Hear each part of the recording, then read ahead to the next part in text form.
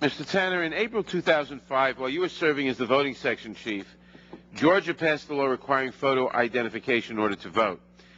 Georgia submitted this law for Section 5 pre-clearance. We now know that 4 out of 5 of the Justice Department civil service employees objected to the law and forwarded a 51-page memo to you that included a factual investigation and a legal review of the Georgia plan. Most significantly, the memo included a detailed analysis and a recommendation that the department object to the voting change because it was likely to discriminate against black voters, but they were overruled the next day by higher-ranking officials at Justice. Only one day after receiving the staff analysis recommending an objection, the department approved the Georgia plan. Brad Schlossman and Hans von Spakovsky, both former senior-level Department of Justice officials who served in the CRT, testified before the Senate that you played a key role in the department's decision to approve the Georgia photo identification law.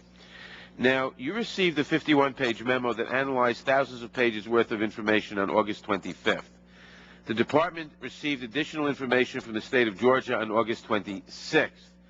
So is it your position that you had sufficient time between August 25th and August 26th, one day, to conduct a thorough review of the staff memorandum and the new information the department received from Georgia?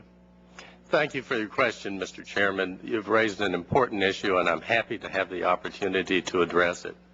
Consideration of the Georgia ID statute began, I believe, even before it was passed, and certainly before it was received by the department. I recall meeting in Georgia with Mr. McDonald, who's on the next panel, and discussing it before we received it. I entered that process. I approached the review of the decision, frankly, with the presumption that we would interpose an objection to it, that we would determine that it was racially discriminatory. My presumptions ran into the facts, however. It turned out that the statistical data, the facts before us, the best facts available, which is what I have to make my decisions on, demonstrated that it did not warrant an objection under the very narrow standards and the very narrow inquiry under Section 5 of the Voting Rights Act. I'd be happy to discuss the precise scope of our review under Section 5, but before you get into that, we'll get into that in a moment. The staff recommendation said that it did was the 4 out of 5 staff members who reviewed it said that you ought to recommend it interposing an objection. You overruled that, is that correct? I made the decision that they were incorrect and that you should change the recommendation. I made the decision, Mr. Chairman. I'd like to make that clear. I would, of course, but in making that decision, you differed from the 4 attorney or whoever, the 4 of the 5 people, staff people, permanent staff, who recommended a contrary decision, correct? I'm in an awkward position in that we are not allowed, and it is inappropriate for department personnel to discuss internal deliberations and the confidences of our clients. I'm happy to give you information and explain the basis for my... Mr. Tanner, I believe that is public information, that has been testified to before, I think, the Senate. Is that not correct, that this is public, that the 5 individuals who reviewed this, who did all the staff work for them, recommended disapproving, and one differed from that? That's all public information at this point. I'm not aware of the testimony on that. I'm not going to deny it. I will say that I made the decision, and my decision was based on a careful analysis that had been ongoing for a considerable period of time. There were, as typical in such situations, numerous discussions, detailed discussion of the data, and a number... Before you did that, did you forward that to the front office, or did you get approval from the front office?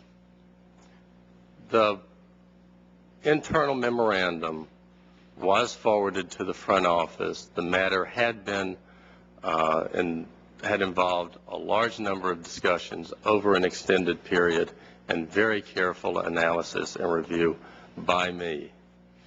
Now, but is it not true that it was a long-standing section practice for a section chief who disagreed with a staff recommendation to submit a separate recommendation and leave the final decision concerning the split recommendation between staff and section chief to the Assistant Attorney General?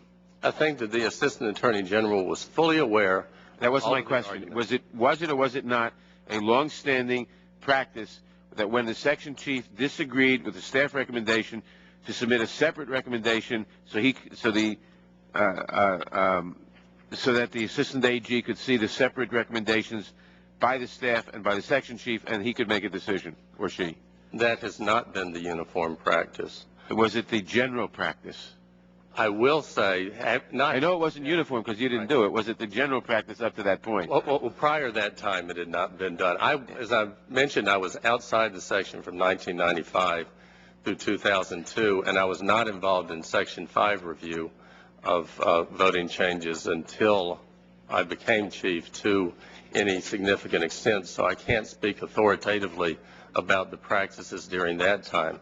I have made changes in the Section 5 process, and I'd be happy to discuss those. Who has the burden of, in a Section 5 submission, who has the burden of proof? The submitting jurisdiction to prove that it doesn't violate the, that it doesn't negatively impact the minority voting rights, or the objecting parties? The statute is clear that the burden is on the submitting authority to establish its. Okay. And what were the facts that met the burden of proof in this case? There were three key facts to me in the case.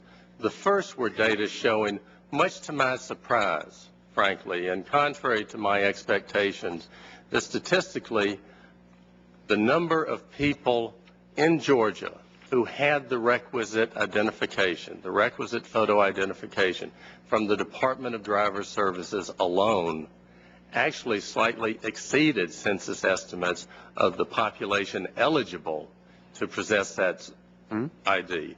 That was the first fact. The second fact that was very significant to me was the very large number, over 700,000, I believe, persons in Georgia who had non-driver's license IDs, which met significant issues in the case. And finally, each of 4 data sets showed uniformly that the proportion of that minorities were slightly more likely than white persons to possess the requisite Department of Driver Services identification. Those facts met the state's burden of showing that it would not discriminate, where essentially or statistically all persons had the ID and minorities were more, not less likely. And I'm not going to go into the fact that those figures were quite erroneous, and that Georgia had to correct them. And yet, despite everything you just said, the federal court reversed the decision and said that this was quite incorrect. You've made an important point, Mr. Chairman, and I think it's good to address. The federal court in Georgia rejected the claim that the Georgia ID law was racially discriminatory. There was a claim under Section 2 of the Voting Rights Act, which is the closest parallel among the claims to the Section 5 inquiry. The court did reject the plan on other bases, on constitutional bases, which are outside the scope of our review under Section 5. Poll tax is outside the scope of Section 5 review? The only thing that we can look at under Section 5 is a narrow question of whether a voting change would be retrogressive. That is, it would make things worse for minority voters relative to white voters, or at that time, if it had the purpose to retrogress.